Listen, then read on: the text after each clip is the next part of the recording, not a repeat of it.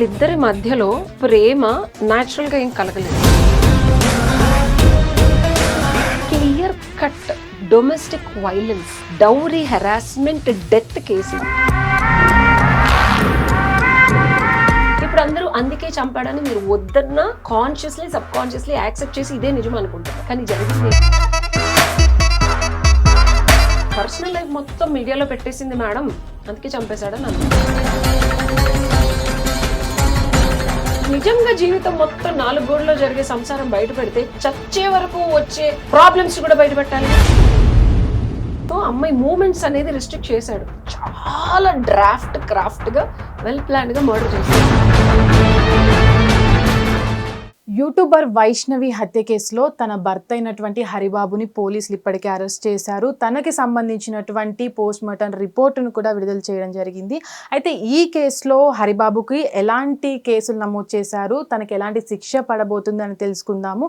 మనతో పాటు ఈరోజు అడ్వకేట్ అయినటువంటి ఉషశ్రీ గారు ఉన్నారు. వారిని అడిగి పూర్తి వివరాలు ఈరోజు మనం తెలుసుకుందాము. అయితే ఇప్పటి వరకు కూడా వైష్ణవి హత్య కేసులో పోస్ట్ మార్టం రిపోర్ట్ వచ్చింది. ఆ పోస్ట్ మార్టం రిపోర్ట్ ఆధారంగా ఒక అడ్వకేట్గా, ఒక యాజ్ ఏ అడ్వకేట్గా మీరేమి అనుకుంటున్నారు? మీరు ఎట్లా దీనిపైన మాట్లాడాలనుకుంటున్నారు?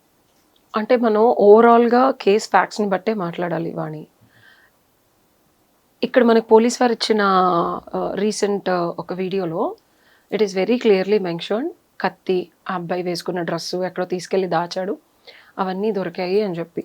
అండ్ చాలామంది పట్టించుకుంది మాట్లాడని పాయింట్స్ నేను చెప్దాం అనుకుంది ఏంటంటే, వీళ్ళిద్దరి మధ్యలో ప్రేమ న్యాచురల్గా ఏం కలగలేదు. ఫస్ట్ పెళ్లి చూపులకు వచ్చారు, కట్నం సరిగ్గా ఇవ్వట్లేదని రిటర్న్ వెళ్ళిపోతే, లేదు నాకు ఈ అమ్మాయే కావాలి అని చెప్పి కట్నం లేకపోయినా సరే ఆర్ కట్నానికి సంబంధం లేకుండా మీ అమ్మాయి లేకపోతే నేను చచ్చిపోతాను అని చెప్పి ప్రయత్నం చేస్తే విషం తాగి అయ్యయ్యో మన అమ్మాయి కోసం చచ్చిపోతున్నాడు అని చెప్పి పేరెంట్సే ఇతన్ని చేరదీయటం అనేది జరిగింది అని ఒక వాదం విన్నాం. సో ఇప్పుడు వీళ్ళు రీసెంట్గా చెప్పేది ఏంటంటే, ఇద్దరు లేచిపోయి పెళ్లి చేసుకున్నారు. అమ్మాయి చాలా చిన్నపిల్ల, మనం గమనిస్తే కంపారిటివ్లీ ఆ అబ్బాయికి ఉన్నంత ఆలోచన పరిధి కానీ లేకపోతే కొంచెం టీనేజ్లో ఉంది, సరదాగా ఎంజాయ్ చేయడం. సో చాలా లేత మనసు అమ్మాయిది, మంచి చెడు విచక్షణ, ఫ్యూచరు లాంగ్ టర్మ్లో ఎలా ఉంటుంది అని ఆలోచించుకొని తెలుసుకునే అంత శక్తి యుక్తి ఆ ఏజ్లో ఉండదు. It's more enjoying and entertaining age కాబట్టి. సో ఈ అబ్బాయి నువ్వు లేకపోతే నేను చచ్చిపోతాను అన్నంత ప్రయత్నం చేశాడు, మా అమ్మాయిని బాగా చూసుకుంటాడు అని చెప్పి కట్నం మేము అంత ఇవ్వలేము అన్న దగ్గర కాన్ఫ్లిక్ట్ వచ్చి వెళ్ళిపోయిన వాళ్ళ తల్లిదండ్రుల్ని ఎదిరించి, హరిబాబు యొక్క తల్లిదండ్రుల్ని ఎదిరించి కట్నం ఇవ్వకపోయినా పర్లేదని వీళ్ళ తల్లిదండ్రుల్ని మెప్పించి ఒప్పించి పెళ్లి చేసుకున్నాడు. చేసుకున్నప్పుడు ఎవరైనా సరే స్టిక్ బ్యాక్ అవుతాడు అనుకుంటారు. ఇక్కడ స్టిక్ బ్యాక్ అవ్వకుండా చేసుకున్న 3వ నెల నుంచి అండ్ అమ్మాయి ప్రెగ్నెంట్ అయిన 3వ నెల నుంచి కూడా వరకట్న వేధింపులు మొదలవుతున్నాయి. So this is a clear cut domestic violence, dowry harassment, death case ఇది. So very clear cut death case. ప్రూఫ్లు ఏంటంటావా? నేను చెప్పడం కాదు, వీడియోలు లీక్ అయినా వాళ్ళ అత్తగారు దుర్భాషలాడతాం, బీప్ బీప్ బీప్ బూతులు తిట్టడం, ఈ అమ్మాయి కూడా తగ్గకుండా నోరేసుకొని రిటర్న్గా అనటం అనేది కూడా వాళ్ళకి హర్షించడానికి వీలు లేకుండా ఈ అమ్మాయి మీద పగ పెంచుకోవడం, కొడుక్కి నూరిపోయడం. అండ్ ఈ అమ్మాయి కన్నా సరే బెటర్ ఆప్షన్స్ ఉన్నాయి, ఇంకొకళ్ళు కొన్ని లక్షలు కట్నం ఇవ్వడానికి రెడీగా ఉన్నారు, ఈ అమ్మాయిని వదిలించుకుంటే లేకపోతే వదిలించుకొని వస్తే అని వాళ్ళ తల్లిదండ్రులు ఇతన్ని ప్రేరేపించడం. అండ్ ఈ అమ్మాయి వాళ్ళ ఇంటికి వెళ్తే నువ్వు మా ఇంటికి వస్తావేంటి, ఉంగరం పోయింది అని చెప్పి ఎలిగేషన్స్ ఇసి రానికుండా చేయడం. So there is lot of mental, emotional, physical అయితే మనం చూడలేదు కత్తి చెప్పలేం, హెరాస్మెంట్, బ్రుటాలిటీ అండ్ ఇన్కన్సిస్టెంట్గా ఈ అబ్బాయి ఏదైతే తల్లిదండ్రులు వద్దు అని వెళ్ళిపోయిన బిహేవియర్ స్టిక్ బ్యాక్ అవ్వకుండా, అంటే దానికి కన్సిస్టెంట్గా లేకుండా మళ్ళీ వాళ్ళ దగ్గరికి వెళ్ళడం, మాట్లాడటం, ఈ అమ్మాయిని మళ్ళీ వాళ్ళ దగ్గరికి తీసుకెళ్లే ప్రయత్నం చేయడం, వాళ్ళు ఈ అమ్మాయిని తిట్టడం. అండ్ ఈ హరిబాబు అనే అతను ఇర్రెస్పెక్టివ్ ఆఫ్ లవ్, ఎఫెక్షన్ ఇవన్నీ ఉన్నా సరే డౌరీ, డబ్బులు, స్థలము, పొలము కోసం కన్సిస్టెంట్గా ఇంట్లో ప్రెషర్ చేయడం అనేది గమనార్హం. కానీ వైష్ణవి అంటే యూట్యూబ్ ఛానల్లో మనం చూసినట్లయితే తను ప్రతిసారి కూడా తన భర్తకి హరిబాబుకి వేరే ఎఫ్ఐఆర్ ఉంది, తను ఫోన్ ఇవ్వట్లేదు అని కూడా చాలా వీడియోస్లో చెప్పింది. అంటే చాలామంది ఏమైనా కామెంట్ చేస్తున్నారంటే సోషల్ మీడియాలో కావచ్చు, పర్సనల్ లైఫ్ని అట్లా పబ్లిక్గా ఒక ప్లాట్ఫామ్ మీద పెట్టడం ఎంతవరకు కరెక్ట్, దీనివల్లనే తన భర్త ఎఫెక్ట్ అయ్యాడని కూడా చాలామంది అటు హరిబాబుకు కూడా సపోర్ట్ చేస్తున్న పరిస్థితి. దీన్ని మీరు ఎలా చూస్తారు? పురజనులందరూ అంటున్నానని కాదు, కానీ ఒక మాట ఉంటే ఆ మాటని ఒక 10 మంది నుంచి లక్ష నుంచి 10 లక్షలు, 10 లక్షల నుంచి 1 కోటి మందికి ఇదే వాదం, వివాదం, ఉపవాదం అవుతుంది. ఈ మాట హరిబాబు కేసుని తప్పుదావి పట్టించడానికి, తప్పించుకోవడానికి మాట్లాడిన మాటలు. ఎందుకంటే పోలీసులకి ఫస్ట్ పట్టుపడిపోయినప్పుడు ఎందుకు చంపేశామంటే ఏం చెప్పాడు హరిబాబు? తను రీల్స్ చెయ్యొద్దని చెప్పినా సరే సోషల్ మీడియాలో యాక్టివ్గా ఉంటుంది కాబట్టి నాకు కోపం వచ్చింది అని చెప్పేసి తను చంపేశాను కూడా తను ఒకసారి చెప్పారు. ఎగ్జాక్ట్లీ కదా. ఈ మాటని పట్టుకొని ఇప్పుడు అందరూ అందుకే చంపాడని మీరు వద్దన్నా కాన్షియస్లీ సబ్ కాన్షియస్లీ యాక్సెప్ట్ చేసి ఇదే నిజం అనుకుంటున్నారు. కానీ జరిగింది ఏంటి? వాళ్ళిద్దరు అంటే సోషల్ మీడియాలో మనం ఇప్పుడు ఎక్కువ జరిగింది ఏంటి? కట్నం ఇవ్వలేనందుకు వదిలేసి వెళ్ళిపోవడం వాళ్ళ తల్లిదండ్రులు, ఈ అమ్మాయిని కట్నం కోసం వేధించడం. బికాస్ అప్డేటెడ్ బిఎన్ఎస్ ప్రకారం సెక్షన్ 80 వస్తుంది. డౌరీ హెరాస్మెంట్ విత్ డెత్, బ్రూటల్గా చంపాడు. అంతేనా? కట్నం ఇవ్వమని, డబ్బులు ఇవ్వమని ప్రేరేపించి, లేకపోతే ఇబ్బంది పెట్టి, కొట్టి, తిట్టి, మెంటల్గా హెరాస్ చేసి, ఎమోషనల్గా డాంట్ చేసి, పెనుగులాటలు. వాళ్ళ తల్లిదండ్రులు కూడా చెప్తూ ఉన్నారు నిన్ను చంపేస్తాం, అది ఇది చేస్తే నలుగురిలో పెడితే ఎక్కడ చంపుతాడులే అమ్మ అని అంటున్నారని వాళ్ళ అమ్మగారు ఏడుస్తున్నారు అక్కడ. కానీ ఇన్ని వీడియోస్ చేసిన వైష్ణవి తన హస్బెండ్ వేరే రిలేషన్ ఉందని చెప్పిందే కానీ తన భర్త ఎప్పుడు తను కొడతాడని కానీ ఎక్కడ ఏ వీడియోలో కూడా చెప్పలేదు. ఇదే పాయింట్ నీ నోట్లో రావడానికి నేను ప్రశ్న అడిగా. పర్సనల్ లైఫ్ మొత్తం మీడియాలో పెట్టేసింది మేడం, అందుకే చంపేశాడని అన్నావు. నేనలే సోషల్ మీడియా కదా అంటుంది. అంటే నీ ప్రశ్న వచ్చింది అంటే అది ఒక కాన్షియస్గా యాక్సెప్టబుల్ ఫ్యాక్ట్ కింద. బట్ రియాలిటీలో నిజంగా అమ్మాయి జీవితం అంతా బయటపడితే అది prank videos. Explanation for what you asked is, ఆ అమ్మాయి పెట్టిన ప్రతిదీ prank. Most of them are prank videos. చూస్తే నువ్వు ప్రాపర్గా చూడాలి వీడియోస్. ఓకే, సో నిజంగా జీవితం మొత్తం 4 గోడలో జరిగే సంసారం బయట పెడితే చచ్చే వరకు వచ్చే ప్రాబ్లమ్స్ కూడా బయట పెట్టాలిగా. నన్ను తిడుతున్నాడా, నువ్వు కొడుతున్నాడా, నువ్వు మత్తందను, ఇదందను, అదందను, ఎక్కడ పెట్టలా. So this is a camouflaged facts of reality. అమ్మాయి పెట్టిన ప్రతి video it's a crafted, well narrated story, written and executed. అంతేగాని అతనేదో ఒక అబద్ధాన్ని నిజం చేయడానికి, ఒక తప్పుదో పట్టించడానికి చెప్తే అదే నిజమని ఉట్టెత్తి చేలో పడ్డట్టు నమ్మటం అనేది, మనం కొంచెం విచక్షణ రహితంగా ఉండటానికి వాళ్ళు అలా చెప్తారు. మనం కూడా విచక్షణ కోల్పోయి అదే నిజం అని చెప్పి ఒక ఊబిలో పడిపోతాం. So that's not the truth. The truth is he's been completely influenced by his family. వాళ్ళ అమ్మ నాన్న చెప్పినట్టు ఇతను విని, వాళ్ళ ప్రలోభం అవనివ్వు, లేకపోతే వాళ్ళు చెప్పినట్టు ఇతను నడుచుకొని ఈ అమ్మాయిని ఏదో రకంగా వదిలించుకొని వస్తే ఎక్కువ డబ్బులు కట్నం ఇచ్చి పెళ్లి చేసుకోవడానికి రెడీగా ఉండే సంబంధం ఉంది కాబట్టి it's a pre planned murder. కత్తి అనేది పెట్టుకున్నాడు కదా, ఇన్సేన్ మైండ్ ఎట్లా అవుతుంది? ఓకే, అండ్ అటు ఇటు తిరగకుండా అమ్మాయి పెనుగులాట్లో పోస్ట్ మార్టంలో ఇంకా మనకి డీటెయిల్స్ రావాలి. అంటే ఇంకెక్కడన్నా దెబ్బలు తగిలాయా, లేకపోతే ఇక్కడ గొంతు దగ్గర ఇంకేదన్నా, చేతికి ఏదన్నా అంటే విసురుకున్నారా, ఇంకేదన్నా క్లియర్ కట్గా 2 కనుబొమ్మల మధ్యలోనే పోటు కనిపిస్తుంది. సో అమ్మాయి మూమెంట్స్ అనేది రిస్ట్రిక్ట్ చేశాడు. చాలా క్రాఫ్ట్గా వెల్ ప్లాన్డ్గా మర్డర్ చేశాడు ఇది. కానీ ఆ చనిపోయిన వైష్ణవి హత్య జరిగిన రాత్రి కావచ్చు, వాళ్ళ ఫ్యామిలీ, వైష్ణవి వాళ్ళ ఫ్యామిలీ అంతా కూడా వాళ్ళతోనే ఉన్నారు. కానీ ఆ టైంలో అంత అంటే రక్త మడుగుల్లో ఉందని వైష్ణవి వాళ్ళ ఫ్యామిలీ చెప్తుంది. కానీ ఆ సౌండ్స్ అనేవి బయటికి రాకపోవడం, ఆ రీజన్ అంటే వాళ్ళిద్దరి మధ్య ఏం జరిగి ఉండొచ్చు అని.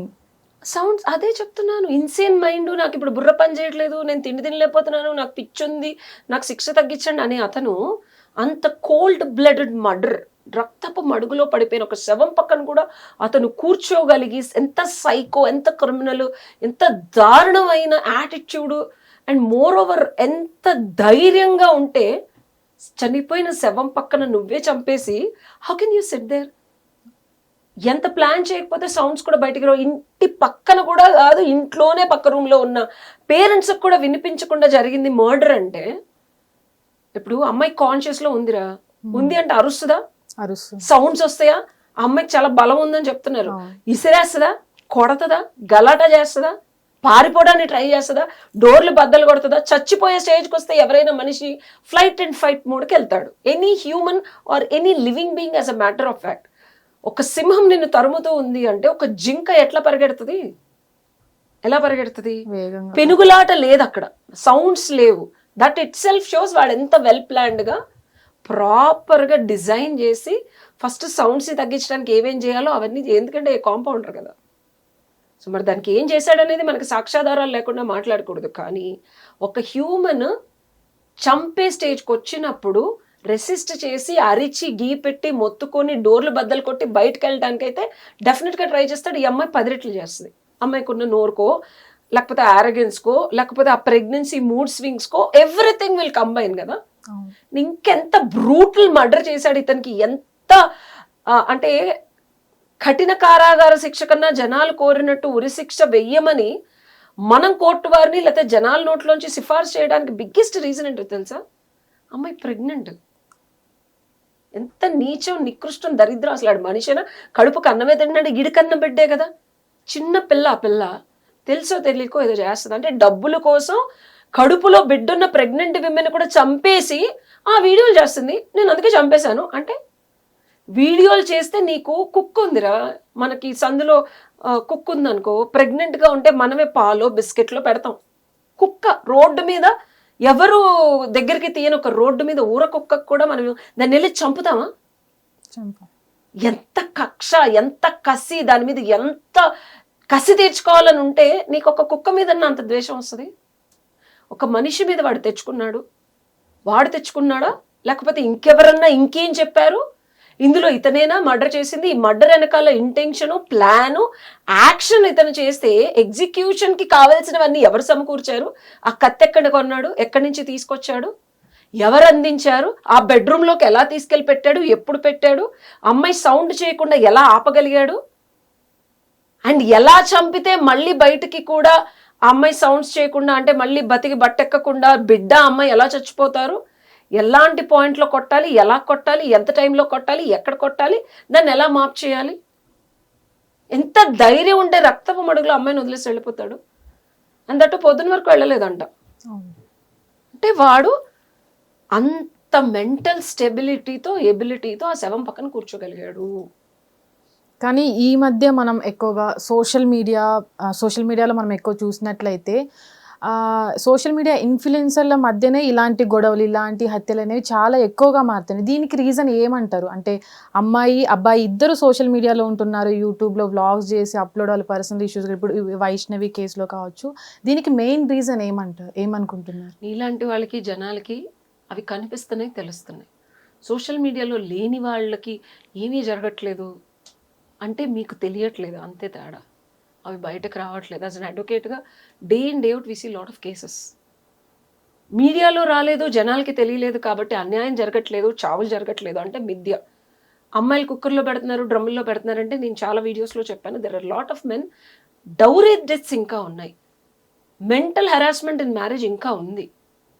దాని గురించి మాట్లాడటం మానేసి ఇప్పుడేదో ఆడవాళ్ళు ఇంకా భరించలేక, సహించలేక బయటకు వస్తున్న దాన్ని మీరు తొక్కేయడానికి ట్రై చేస్తున్నారు. బట్ ఇట్లాగా పెళ్లి చేసుకున్న తర్వాత వాళ్ళ ఎక్స్పెక్టేషన్స్కి తగ్గట్టు లేదని హెరాస్ చేసి అత్తమామల్ని ఎవరూ చేయట్లా. సరే 498 మిస్యూజ్ అవుతుందని సరళీకృతం చేశారు. బట్ ఇలా చావులు వచ్చినప్పుడు అత్తమామల వల్ల, హెరాస్మెంట్ వల్ల, డెఫినెట్గా క్లియర్ కట్గా డౌరీ డెత్ చచ్చిపోయినప్పుడు లాస్ అనేవి డెఫినెట్గా ఇంప్లిమెంట్ హై ప్రయారిటీలో చేయాల్సిన ఆవశ్యకత తప్పకుండా కోర్టులకు ఉంది. కోర్టు వారు కూడా ఇప్పుడు మనకి పోలీసులు ఏదైతే రీసెర్చ్ చేస్తున్నారో, ఇన్వెస్టిగేషన్ అంటాం, ఈ ఇన్వెస్టిగేషన్ ప్రాసెస్లో వాళ్ళు ప్రతి ఒక్కళ్ళని ఎవరైతే చూసారో సాక్ష్యాధారాలు అన్నీ సేకరించి ఛార్జ్షీట్ వేస్తారు. ఛార్జ్షీట్ వేసేలోపు ఇతను బెయిల్ తెచ్చుకోవడానికి ఉంటే నాకు తెలిసి ఆ ఆప్షన్ ఇవ్వరని నేను అనుకుంటున్నాను. అండ్ ఛార్జ్షీట్ వేసిన తర్వాత ప్రతి డీటెయిల్ ట్రయల్కి వెళ్తుంది. కోర్టు వారి ముందు, మెజిస్ట్రేట్ ముందు క్లియర్ కట్గా పెడతారు, అందరూ వచ్చి సాక్ష్యాధారాలు చెప్తారు, బికాస్ క్లియర్ కట్గా అన్నీ ఉన్నాయి. కానీ ఇప్పటి వరకు వైష్ణవి లాంటి కేసులు చాలా వచ్చాయి, చాలా మంది లోపలికి వెళ్ళారు, హస్బెండ్స్ అంటే అంటే హత్య చేసి లోపలికి వెళ్ళిన వాళ్ళకి కూడా బెయిల్ దొరికి చాలా సులువుగా బయటకు వచ్చారు. ఇదే నేను చెప్తున్నాను అమ్మ, intensity of a murder and intention of a మర్డర్ని క్లియర్ కట్గా క్లారిటీగా ఈ కేసులో మనం మాట్లాడుకోవాలి. విచ్ ఈస్ నాకు ఎమోషనల్ ట్రామా వచ్చింది, నన్ను అలా చేసింది, ఇలా చేసింది, కాపురం అంతా యూట్యూబ్లో పెట్టింది కానీ చంపేశాను is not a valid reason. వాళ్ళ అమ్మ, వాళ్ళ నాన్న, అతనికి సంబంధితులు ఎవరిని బయటకు రానికుండా ఇతను చాలా చక్కగా కాపాడుకుంటూ వస్తున్నాడు. సో పోలీస్ వారు అండ్ మన సిస్టమ్ ఏమి పిచ్చిది కాదు, డెఫినెట్గా వాళ్ళు ఇన్వెస్టిగేషన్ చేస్తారు, ఇతని కాల్ రికార్డ్స్ తీస్తారు, మెసేజ్లు చూస్తారు, ఎక్కడో అక్కడ డెఫినెట్గా ఈ హత్యకి పాలుపడటానికి సహకరించిన ప్రతి ఒక్కళ్ళు శిక్షార్హులే, అది ఎవరన్నా అవనివ్వు, including his own family. So ఒక డౌరీ హెరాస్మెంట్ డెత్ని ఏదో సోషల్ మీడియాలో పెట్టింది, మా పరువు తీసింది, లేకపోతే నన్ను ఇలా చేసింది అని చెప్పి ఒక ముద్రని మార్చి వాళ్ళ ఇంట్లో వాళ్ళందరినీ సేవ్ చేసి ఇతను కూడా నాకు మెంటల్గా నాకు బాగాలేదు అని ఇన్సెంట్గా యాక్ట్ చేసేసి బయటకు రావడం అంటే కోర్టు అంత పిచ్చిది కాదు ఫస్ట్ థింగ్. కానీ ఇప్పుడు ఇంత ఎడ్యుకేషన్ సిస్టంలో ఇప్పటి వరకు కూడా డౌరీ హెరాస్మెంట్ ఇంకా విపరీతంగా ఉంది అనుకుంటా. మీరు ఇప్పటి వరకు చూసిన కేసులలో డౌరీ హెరాస్మెంట్ ఇంకా అదే కొనసాగుతుందని 100% ఉంది, 100% ఉంది. నాకు అర్థం కాని విషయం ఏంటంటే, ఒక ఆడపిల్ల ఉద్యోగం చేస్తూ ఆ జీతం అంతా ఇచ్చేయాలి, ఇంట్లో పని చేయాలి, బిడ్డల్ని చూసుకోవాలి, మళ్ళీ అత్తమామల ఎక్స్పెక్టేషన్స్కి తగ్గట్టు ఉండాలి, వాళ్ళ ఫ్యామిలీ ఏదైతే చెప్తుందో అది వినాలి, భర్త ఉద్యోగం చేసినా చేయకపోయినా సరే తగ్గి ఉండాలి, ఒగ్గి ఉండాలి అని రూల్స్ పెట్టే ఈ సొసైటీ అత్తమామలకి డెఫినెట్గా రివల్యూషనరీ జడ్జ్మెంట్స్ అండ్ పనిష్మెంట్స్ వస్తాయి. Because this has not been heard or seen. Supreme court ఏమీ వినకుండా చూడకుండా ఉండదు.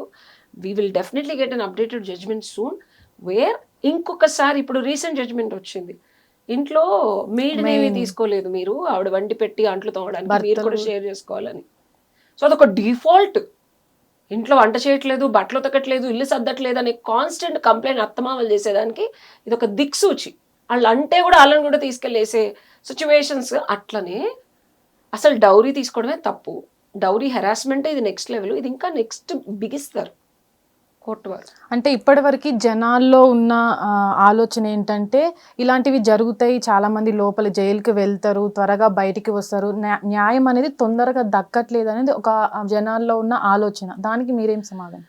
ఎప్పుడైనా క్రిమినల్ అఫెన్సెస్ స్టేట్ వర్సెస్ ఆ పర్సన్ అక్యూజ్డ్ అయిపోతుంది. సో మీరు నిజంగా న్యాయం కోరుతుంటే ఒక మంచి అడ్వకేట్ని పెట్టుకొని ట్రయల్లో సాక్ష్యాధారాలని కరెక్ట్గా ప్రొడ్యూస్ చేస్తూ ఫాస్ట్ ఫార్వర్డ్ చేస్తే ఇదివరకుట్లాగా ఏమీ లేదు కోర్ట్ సిస్టము.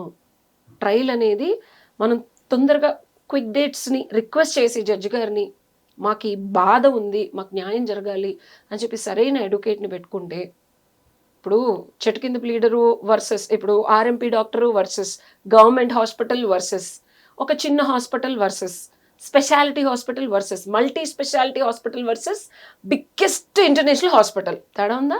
అడ్వకేట్లో కూడా అలాగే ఉంటారు. అండ్ ఇండియాలో మనకున్న bar council of India rules ప్రకారం అడ్వకేట్స్ అడ్వర్టైజ్ చేసుకోవడానికి లేదు. కాబట్టి ఇందులో ఎవరు ఏంటి, ఒక RMP doctor is equal to multi speciality hospital అడ్వకేట్లు అనే కనిపిస్తారు బయటికి. అది మీరు తెలుసుకోవాలా. మీరు తెలుసుకొని ఆ అడ్వకేట్ దగ్గరికి వెళ్ళాం కదా కేసు అయిపోద్ది అంటే అసలు ఆ అడ్వకేట్కి ఏం తెలుసు? ఆ అడ్వకేట్ వెళ్ళి ఇప్పుడు ఒక డాక్టరు మల్టీ స్పెషాలిటీ హాస్పిటల్కి వెళ్తే అప్డేటెడ్ ఎక్విప్మెంట్ ఉంటుంది, నీకు గంటలో సర్జరీ చేసే ఎక్విప్మెంట్ ఉంటుంది. నువ్వు అదే ఆర్ఎంపీ డాక్టర్ గవర్నమెంట్ హాస్పిటల్కి వెళ్ళి నాకు గంటలో తగ్గలేదంటే గవర్నమెంట్ హాస్పిటల్కి ఏం పని? కానీ అడ్వకేట్స్ ప్రాక్టీస్ వేరైనా చదువు ఒకటే కదా. నేను అదే చెప్తున్నా, ఇదే మీకు అర్థం కాని విషయం, ఇది చాలా క్లియర్గా ఎక్స్ప్లెయిన్ చేస్తున్నా. ఇక్కడ డాక్టర్ గవర్నమెంట్ హాస్పిటల్లో చదువుకున్నాడుగా, ఇక్కడ మల్టీ స్పెషాలిటీ హాస్పిటల్లో పనిచేసే డాక్టర్ చదువుకున్నాడుగా, లేకపోతే ఎంబీబీఎస్ అయితే ఊరికే ఇవ్వరుగా, పుక్కట్లో ఎల్ఎల్బి ఊరికే ఇవ్వరుగా. మరి ఎందుకు ఈ డాక్టర్ ప్రాక్టీస్ చేస్తే నువ్వు ఒక గంట ఆపరేషన్కి 50 lakhs తీసుకుంటే ఇదే డాక్టరు ఆపరేషన్ చేయడానికి ఫెసిలిటీస్ ఏమీ ఉండవు, ఈ డాక్టర్కి నువ్వు 100 రూపాయలు 50 రూపీస్ ఫీజు ఇచ్చి ఇది ఎలా ఎక్స్పెక్ట్ చేస్తావు? ఎలా ఎక్స్పెక్ట్ చేస్తావు? అడ్వకేసీలో అడ్వకేట్లు కూడా అంతే. అది చాలా మందికి అర్థం కాదు. నాకు కూడా చాలా మెసేజ్లు, మాకు ఈ ప్రాబ్లం ఉంది వినండి, గంటగా 2 గంటలు 3 గంటలు 5 గంటలు వాళ్ళ ప్రాబ్లం వింటే కోర్టుకు వెళ్ళాలి, నా కేసెస్ ప్రిపేర్ అవ్వాలి, పుక్కట్లో ఫ్రీగా ఫ్రీ కన్సల్టేషన్ చేయాలంటే it's like ability to produce result. ఇక్కడ ఆపరేషన్లో రిజల్ట్ నీ జీవితం, నీ బ్రెయిన్ ఓపెన్ అయిపోయి బ్రెయిన్ సర్జరీ నీ బుర్ర బాగు చేస్తుంది.